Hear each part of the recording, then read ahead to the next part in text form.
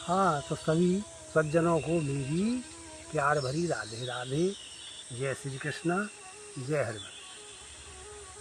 मैं इस कहानी के माध्यम से ये बताता हूँ कि लोभो नाशस्य कारणम, यानी ये लोभ नाश का कारण है।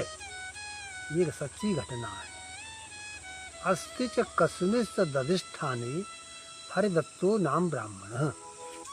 कहीं किसी स्थान पर एक हरिदत्त नाम का ब्राह्मण रहता था।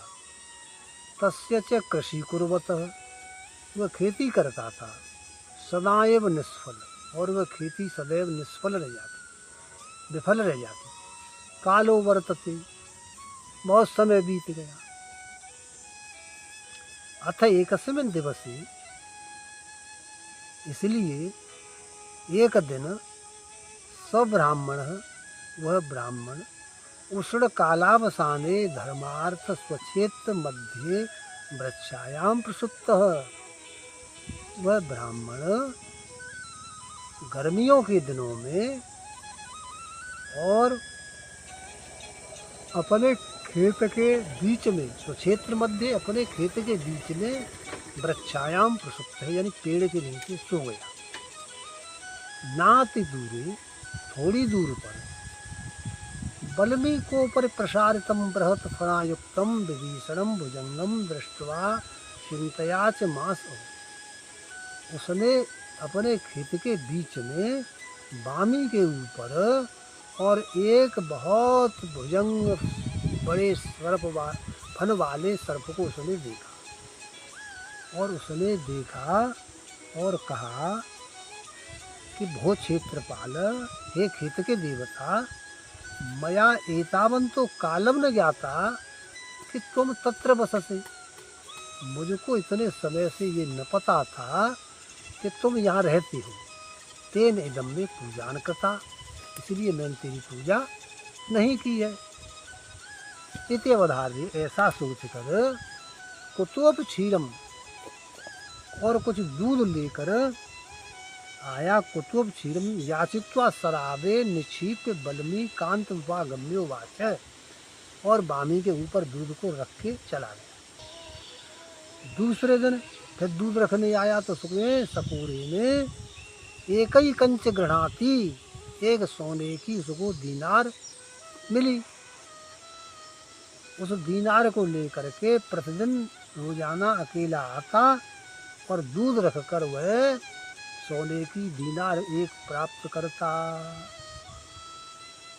एक दिन ऐसा हुआ कि उसका पिता ब्राह्मण किसी दूसरे ग्रामांतरम जगह, किसी दूसरे गांव में चला गया रिश्तेदारी में, और अपने लड़के को दूध रखने के लिए कहा कि वहाँ बामी पर तू दूध रख जा। तो लड़का उसका दूध रखने के लिए गया और उसको एक सोने की मुद्रिका मिली, और उस मुद्रिका को लेकर के लड़का गया। और लड़के ने मन में सोचा कि ये तो पूरी बामी पूर्ण नूनम सौवर्णम पुण्यो बलवी कह, ये तो पूरी बामी सोने से भरी हुई है। तते नत्वा सरम एक बारम ग्रहीष्यामि, इसलिए इसको मार करके एक बार में सबको क्यों न ग्रहण कर लूँ।